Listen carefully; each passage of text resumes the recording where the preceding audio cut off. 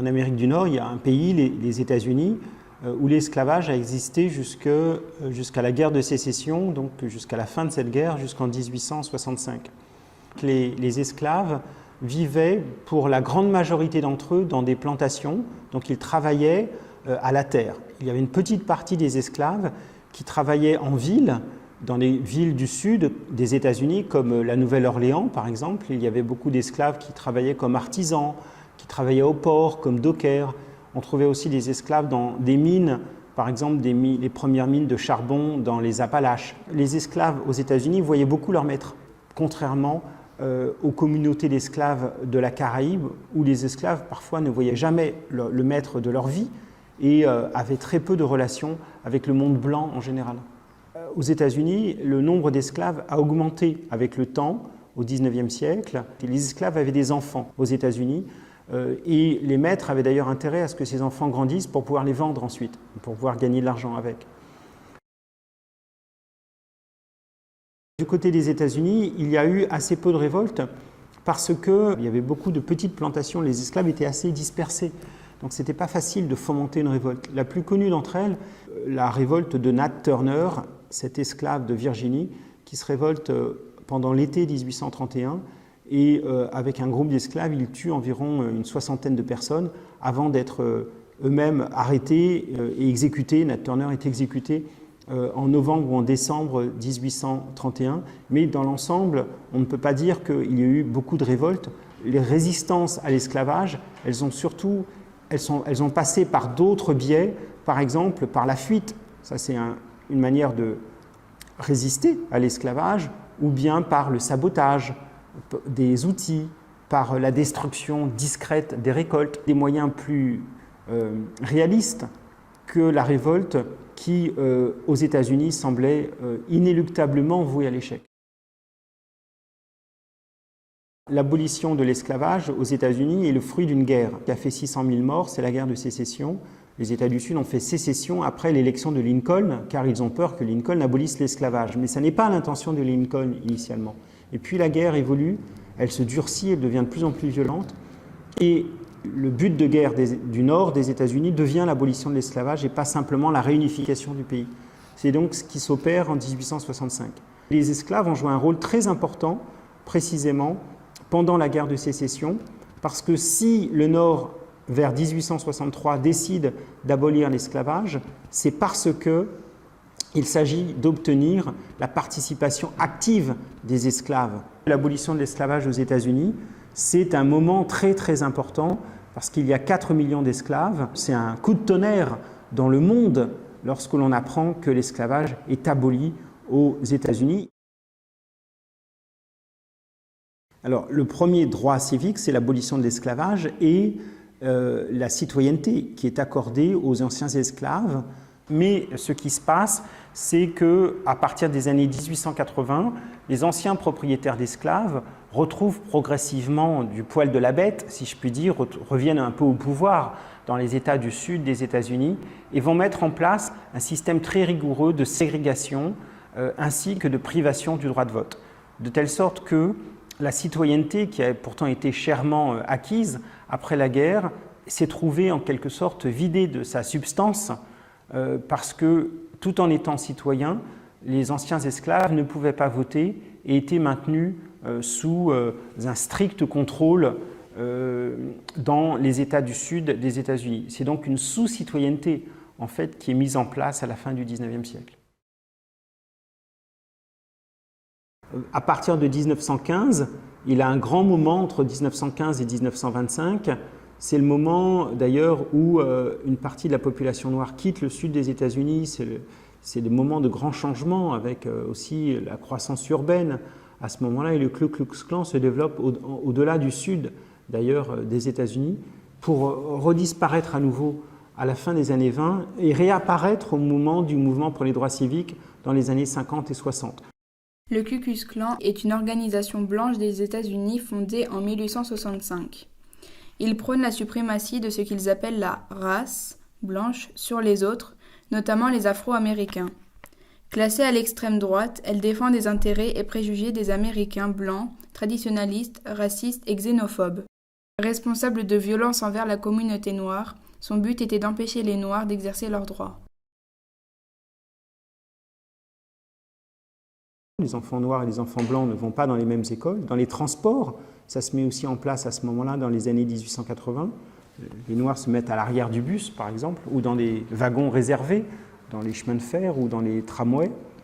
Et puis ça se développe un peu partout, ça va jusqu'aux toilettes, par exemple, jusqu'au lavabo. Tout ce à quoi vous pouvez penser fait l'objet d'une séparation rigoureuse pour que les gens, surtout, ne se croisent pas, ne se mélangent pas. C'était la grande peur de l'époque. Et la ségrégation donc reste en place dans les États du Sud des États-Unis jusqu'aux années 60. Il faut un siècle après la guerre de sécession, une nouvelle révolution américaine, comme on l'appelle parfois, pour remettre en cause la ségrégation.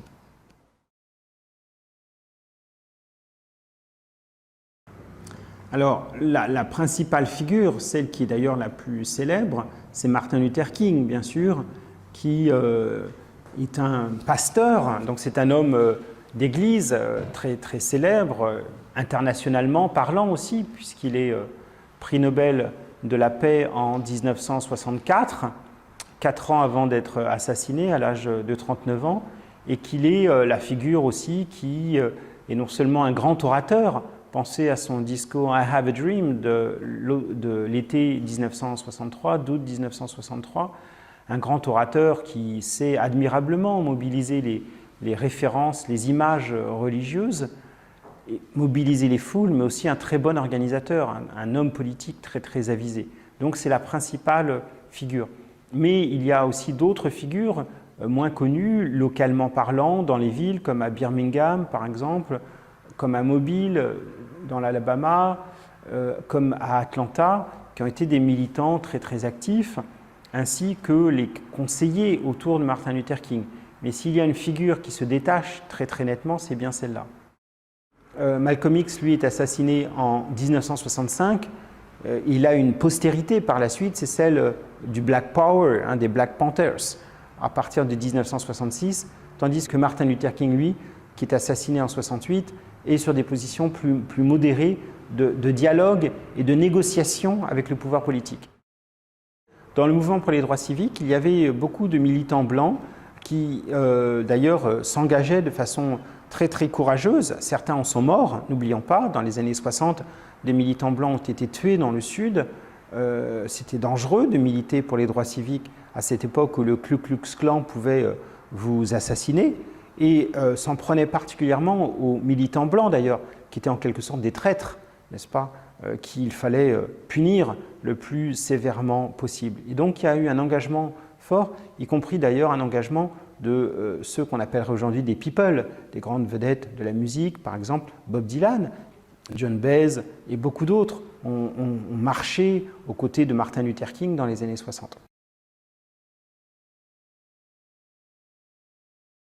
Donc deux grandes lois qui sont célèbres. D'abord la fin de la ségrégation en 1964 et le rétablissement du droit de vote qui avait été supprimé aussi à la fin du 19e siècle en 1965. Le mariage entre noirs et blancs, c'est une loi qui date de 1967. Alors les principaux, ce sont Kennedy entre 1960 et 63 et Johnson qui lui succède après l'assassinat de Kennedy, donc entre 63 et 68. Johnson en particulier a été le grand artisan des lois de 64 et 65. Mais ces présidents, surtout Johnson d'ailleurs, ont agi parce qu'ils étaient sous pression du mouvement pour les droits civiques. Donc ils ont agi, mais encore une fois, sous pression d'un mouvement puissant, populaire et bien organisé.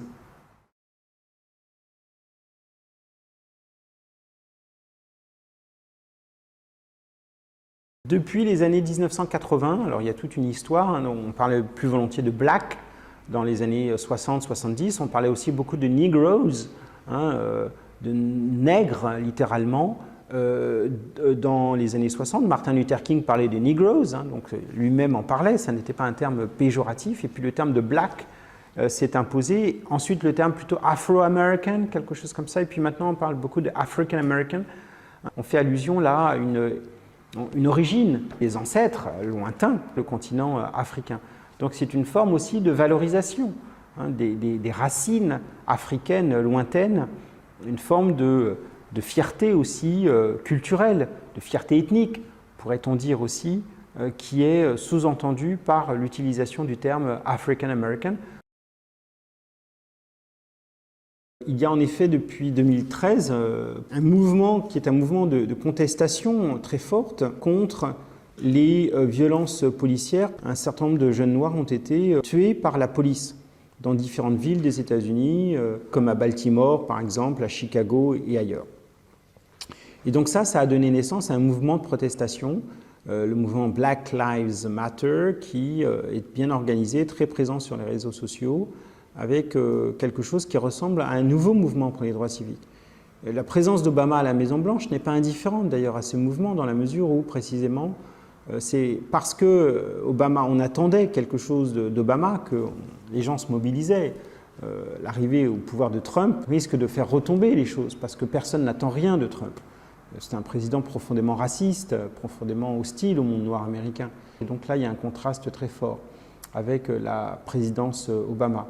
Donc c'est un renouveau d'un mouvement de protestation contre les violences qui sont faites et d'une manière générale contre les inégalités qui persistent de manière si forte dans l'accès au travail, dans l'accès aux soins, dans les écoles, etc. Être noir et être blanc aux États-Unis, c'est vraiment pas la même chose. Et beaucoup de gens, surtout des Noirs bien entendu, protestent contre cette situation.